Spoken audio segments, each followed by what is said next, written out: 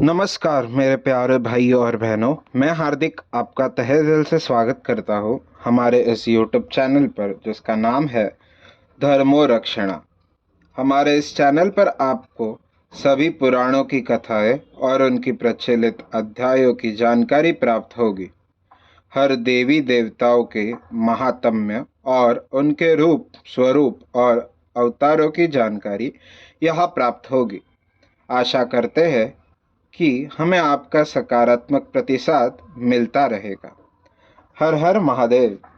विद्येश्वर संहिता चौथा अध्याय। संत कुमार व्यास संवाद। सूत जी कहते हैं, हे मुनियों, इस साधन का महात्म्य बताते समय मैं एक प्राचीन वृत्तांत का वर्णन करूंगा जिसे आप ध्यानपूर्वक सुने। बहुत पहले की बात है। पराशर मुनि के पुत्र मेरे गुरु व्यास देव जी सरस्वती नदी के तट पर तपस्या कर रहे थे। एक दिन सूर्य के समान तेजस्वी विमान से यात्रा करते हुए भगवान संत कुमार वहां जा पहुंचे। मेरे गुरु ध्यान में मग्न थे। जागने पर अपने सामने संत कुमार जी को देखकर वे बड़ी तेजी से उठे और उनके चरणों का स्पर्श कर उन्हें अर्घ्य देकर योग्य आसन पर विराजमान किया। प्रसन्न होकर संत कुमार जी गंभीर वाणी में बोले, मुनि, तुम सत्य का चिंतन करो। सत्य तत्व का चिंतन ही श्रेय प्राप्ति का मार्ग है। इसी से कल्याण का मार्ग प्रशस्त होता है। यही कल्याणकारी है। यह जब जीवन में आ जाता है तो सब सुंदर हो जाता है। सत्य का अर्थ है सदैव रहने वाला। इस काल का कोई प्रभाव नहीं पड़ता।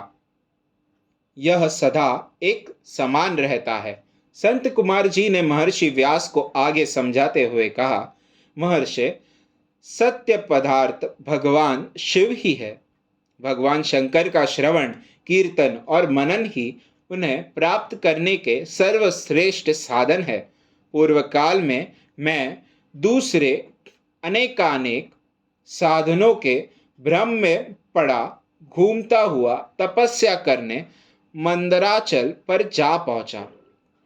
कुछ समय बाद महेश्वर शिव की आज्ञा से सबके साक्षी तथा शिवगणों के स्वामी नंदिकेश्वर वहां आए और स्नेहपूर्वक मुक्ति का साधन बताते हुए बोले, भगवान शंकर का श्रवण, कीर्तन और मनन ही मुक्ति का स्रोत है।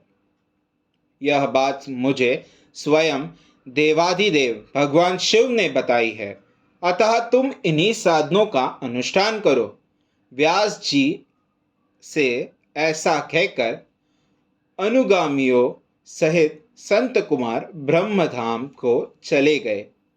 इस प्रकार इस उत्तम वृत्तांत का संक्षेप में मैंने वर्णन किया है।